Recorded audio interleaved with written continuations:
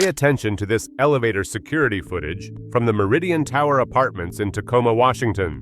November 2023. Watch the man in the black shirt. Notice how he's positioning himself between the little girl and the door. See his hand on her shoulder. Look at how she's gripping that elevator rail, knuckles white, body pressed against the wall. Her name is Lily Westbrook, and she's not supposed to be with this man. What happens in the next 47 seconds of this elevator ride will set off a chain of events that exposes one of the most disturbing predator networks the Pacific Northwest has ever seen. Because that man, he's not her father, he's not a family friend, and Lily's parents have no idea their daughter is in that elevator right now. You know that feeling when something seems off, but you can't quite put your finger on why? That instinct that tells you something isn't right, even when everything looks normal on the surface. For Bridget Kavanagh, that feeling hit her the moment her daughter walked through their apartment door on November 15, 2023. Ainsley was wearing her favorite pink jacket, purple leggings, and her light-up sneakers. And she looked fine physically, but her face told a different story. The usual chatter about her day was gone, replaced by a straight walk to Bridget, and 4 words that would change everything. A man touched me. This is the story of how one child's courage exposed a predator hiding in plain sight, how security footage became the key to stopping someone who'd been grooming victims for months, and how a community learned that monsters don't always look like monsters. Sometimes they look like your friendly neighbor from down the hall. The Meridian Tower. Apartments on Forrestal Avenue in Tacoma, Washington, is a mid-rise residential building with 12 floors and about 200 units, the kind of place where young families live alongside retirees, and people know their neighbors' names and hold the elevator door for each other. Security was decent with a locked entry system, cameras in common areas, and management that responded to complaints. Bridget Kavanagh and her daughter had lived in Unit 3B since 2021. And Bridget worked as a dental hygienist while raising her daughter alone with a fierce protective instinct that came from doing it solo. All the safety rules had been drilled into Ainsley from an early age. Don't talk to strangers, never get in someone's car, and if someone makes you uncomfortable, leave and tell an adult immediately. Scream if you need to, run if you have to. Ainsley was a bright kid who loved art class and had a collection of stuffed animals that covered half her bed. And she wanted to be a veterinarian when she grew up. Social and friendly, she was the kind of child who'd wave at neighbors in the hallway and tell them about her latest school project. Bridget had always seen this as a good thing because her daughter wasn't afraid of the world. Confident and outgoing, exactly what Bridget wanted her to be. But on November 15th, when Ainsley came home from school and told her mother that a man had touched her in the elevator, Bridget's entire world tilted. Keeping her voice calm, even though her heart was hammering, Bridget asked what man and what happened. The story came out in pieces. Ainsley had been riding the elevator up from the lobby after school when a man got in on the 2nd floor, started talking to her, asked about her day, complimented her jacket, and then put his hand on her shoulder. Not aggressively or violently, just resting it there while he talked, but it made Ainsley feel weird, uncomfortable, wrong. He kept asking me questions, Ainsley said, her voice small. Like where I live and if I'm home alone after school, and if I have any brothers or sisters. Ice ran through Bridget's veins. Did you tell him which apartment we live in? No, I remembered what you said about not telling strangers where we live. I just said I live on the 3rd floor. Bridget pulled her daughter close. Good girl, that's exactly right. Can you describe what he looked like? He had white hair, like really white, and he was wearing a black t-shirt and shorts. He had tattoos on his arms. Bridget knew exactly who that was. Dalton Kemper from Unit 7F. She'd seen him around the building for months. Friendly enough, always said hello in the laundry room or the mail room, kept to himself mostly. Never a bad vibe from him, never a reason to be concerned. But here's the thing about predators. They don't announce themselves. They blend in, seem normal, harmless, forgettable, until they're not. Within 15 minutes, Bridget called the Tacoma Police Department because she wasn't going to wait, and she wasn't going to second-guess herself. Her daughter said a man had made her uncomfortable, and that was enough. Officer Patricia Mendoza from the Special Assault Unit responded to the call with 12 years of experience working with child victims and predator investigations under her belt. Arriving at the Kavanagh apartment within an hour, she spoke to Ainsley gently and carefully, making sure the child felt safe and believed. The elevator ride, the questions, the hand on her shoulder, Ainsley described it all again with clarity that was clear, consistent, credible. Mendoza had interviewed enough children to know when they were telling the truth. This child was telling the truth. "Has this man talked to you before?" Mendoza asked. Ainsley nodded. "A few times. He always asks me questions, like about school and stuff. One time he asked me if I like candy and if I wanted to come and see his fish tank. Mendoza and Bridget exchanged a look. That was grooming, textbook grooming, building trust, establishing rapport, testing boundaries. "Did you ever go to his apartment?" "No, Mom says I'm not allowed to go to anyone's apartment without asking first." Mendoza made notes. "Good, that's a very good rule. I'm going to need to see the security footage from the elevator, and I'm going to need to talk to building management about this resident." Detective Marcus Holland from the Crimes Against Children Unit had taken over the case within 24 hours. At 44, this father of 3 had spent the last decade putting child predators behind bars and had seen every variation of grooming, manipulation, and abuse. The patterns were clear to him. The red flags were obvious. Everything about Ainsley's account set off alarms in his head. Holland requested all security footage from the Meridian Tower apartments for the past 6 months, and the building manager, Teresa Vance, cooperated immediately. Footage from every camera in the building came out, from the lobby to the elevators, hallways, parking garage, and laundry room. What Holland found when he reviewed that footage made him physically ill.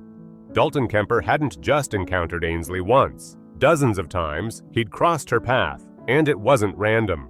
It was calculated. Lingering in the lobby when school let out, timing his exits and entrances to coincide with when children came home, the footage showed Kemper riding the elevator down from his 7th-floor apartment for no apparent reason, and then riding back up with children who got on. Always friendly, always talkative, always asking questions. And Ainsley wasn't the only child. At least 6 other children in the building had been repeatedly engaged by Kemper. Kids between ages 6 and 12, both boys and girls. And he'd learned their schedules, their routines, their habits. One particularly disturbing clip from October 23rd showed Kemper in the laundry room when a young boy came in with his mother. Striking up a conversation, Kemper asked the boy about his Halloween costume plans and offered to give him some extra candy, while the mother seemed fine with it, just polite conversation between neighbors. Holland saw it for what it was: access, rapport building, positioning himself as a friendly, trustworthy figure. The elevator footage from November 15th was the most damning.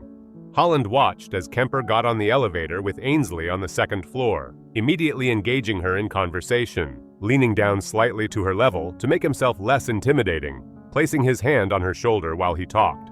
Ainsley's body language told the real story. The way she stiffened, pressed herself against the handrail, looked down, avoiding eye contact. When the elevator doors opened on the 3rd floor, Ainsley bolted with no goodbye, no polite wave. She just left as fast as she could. Kemper stood in that elevator for a moment, watching her go, then pressed the button for the 7th floor and rode up to his apartment. Holland ran Dalton Kemper's name through every database available, and what he found confirmed his worst fears. A record existed. 20 years ago, Kemper had been convicted of lewd conduct with a minor in Oregon and served 3 years in prison. Registration as a sex offender lasted until 2015, when he'd successfully petitioned to be removed from the registry after completing treatment and meeting requirements. Since then, he'd been clean with no arrests, no violations, no red flags on paper. But predators don't just stop being predators because they finish a treatment program. They get better at hiding, smarter about their methods, more careful about flying under the radar. Holland obtained a warrant to search Kemper's apartment on November 18th, and the entry was executed at 6 o'clock in the morning with a full tactical team, not because they expected violence, but because they didn't know what they'd find. Kemper answered the door in pajama pants and a robe, looking confused and cooperative. "What's this about?" he asked, as officers secured the apartment. Holland's response was simple. "We'll explain everything. Right now, I need you to step outside." The search of Kemper's apartment revealed a meticulously organized life with clean space, minimal clutter, everything in its place. But in his bedroom closet, investigators found something that turned Holland's stomach. Notebooks. Dozens of notebooks filled with observations about children in the building, containing names, ages, apartment numbers, schedules, what time they came home from school, whether they were alone or with parents, what activities they participated in, physical descriptions, personality notes. One entry from September read, "Ainsley, 3B pink jacket, always smiling. Walks home from bus stop alone on Tuesdays and Thursdays. Mother works late those days. Friendly, trusting, good candidate." Good candidate for what? Holland didn't want to imagine. Photographs were there too. Not explicit, not illegal, but disturbing. Pictures taken in the building's common areas showed children in the lobby, in the elevator, in the parking garage. Kemper had been documenting them, cataloging them, studying them. And that's when they found his computer. Forensic analysis would later reveal thousands of images of child sexual abuse material, chat logs with other offenders discussing tactics for grooming, forums where predators shared advice on how to identify vulnerable targets and build trust with children and parents. Kemper had been preparing, planning, waiting for the right opportunity. Holland arrested Dalton Kemper that morning on charges of attempted child luring, possession of child sexual abuse material, and violation of sex offender registration requirements. Turns out, Kemper hadn't reported his move to the Meridian Tower Apartments to authorities, which violated his post-registry obligations in Washington state. During his interrogation, Kemper denied everything. The notebooks were just observations for a novel he was writing. The photographs were innocent. The computer files had been planted or accessed by hackers. He'd never touched any child inappropriately, and Ainsley had misunderstood his friendly gesture. Holland had been interrogating predators long enough to recognize the script. Deny, minimize, rationalize, blame the victim. Pathological, predictable, and it wasn't going to work this time. Leaning across the table, Holland laid it out. "Here's what I know. You've been targeting children in that building for months, documenting them, learning their patterns, building trust. You put your hands on Ainsley Kavanagh in that elevator. And if she hadn't told her mother, if her mother hadn't called us, you would have escalated. We both know that." Kemper said nothing, just stared at the table, jaw clenched. "The only question now," Holland continued, "is how many other victims there are, how many other children you've already hurt that we don't know about yet." The investigation expanded rapidly as Holland's team interviewed every family in the Meridian Tower Apartments with children. What they discovered was heartbreaking. Multiple children reported that Kemper had made them uncomfortable. Several said he'd asked them inappropriate questions about their bodies or their bathing habits. And one child, a young boy from the 4th floor, tearfully disclosed that Kemper had invited him to his apartment and shown him pornography on his computer. Parents were devastated. How had this happened under their noses? How had this man been living among them, targeting their children, and nobody had realized? But here's the truth. Predators are good at what they do. Skilled manipulators who know how to appear harmless. They exploit the politeness and trust that exists in communities, and they know that most people don't want to believe a friendly neighbor could be a monster. Bridget Kavanagh struggled with guilt because she'd seen Kemper dozens of times, said hello to him, held the elevator for him, and all that time, he'd been grooming her daughter. But Detective Holland made sure she understood something. This wasn't her fault. She'd done everything right, taught her daughter safety rules, created an environment where Ainsley felt safe, reporting what made her uncomfortable. And when Ainsley did report, Bridget had acted immediately.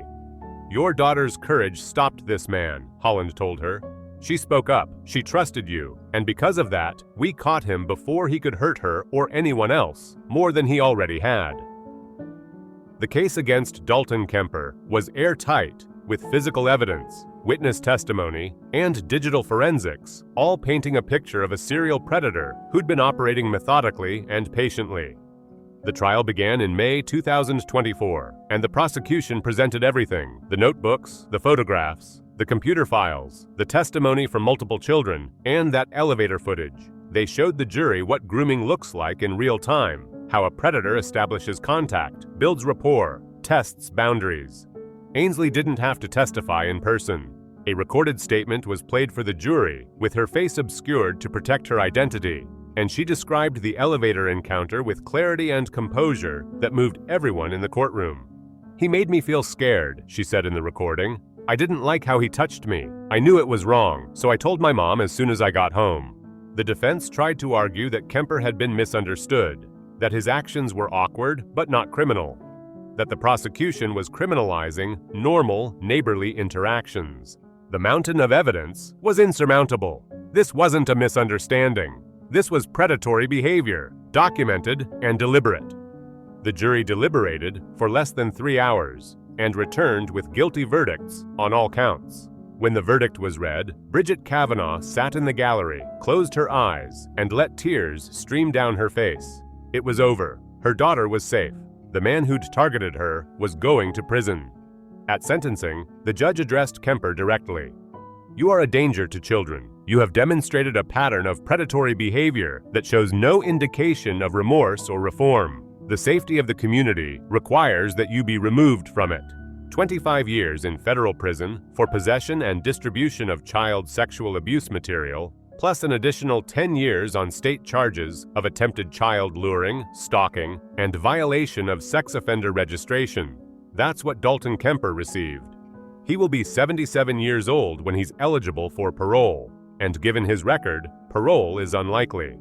The Meridian Tower Apartments implemented new security protocols after the case concluded, with enhanced background checks for all residents, mandatory reporting training for all staff, additional cameras in common areas, and regular safety presentations for families about recognizing grooming behavior.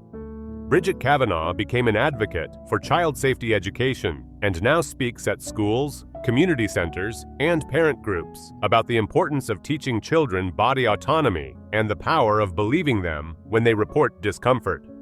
Predators rely on children staying silent, she tells audiences.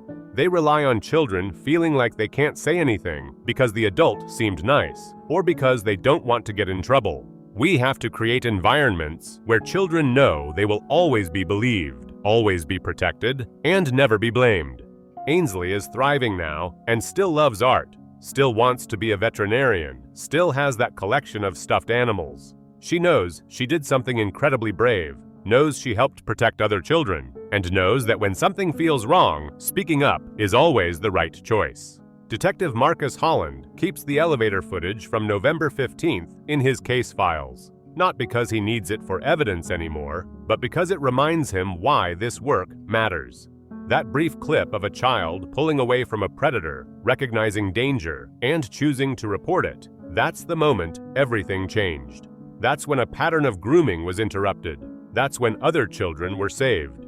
The case received significant media coverage and sparked conversations about child safety in residential communities as apartment complexes, condos, and housing developments across the country began reviewing their security measures and resident screening processes. Parents became more educated about grooming tactics. Children were empowered to trust their instincts and speak up. But the case demonstrated something even more powerful. Predators can be stopped. Not every story ends with a child suffering in silence. Sometimes courage wins. Sometimes protective parents and dedicated investigators catch monsters before they can do their worst. Dalton Kemper is currently incarcerated at FCI Sheridan in Oregon and will likely spend the rest of his life in prison. The children he targeted are healing, growing, living their lives. This story is dedicated to every child who's ever felt that something was wrong and found the courage to speak up. Your voice matters. Your safety matters. And there are adults in your life who will believe you, protect you, and fight for you. Always. And to Ainsley Kavanagh, whose bravery in that moment, whose decision to tell her mother what happened, whose trust in her own instincts stopped a predator, you are a hero. Not because you had to be, but because you were. Rest easy, knowing you made the world safer. Your courage changed everything.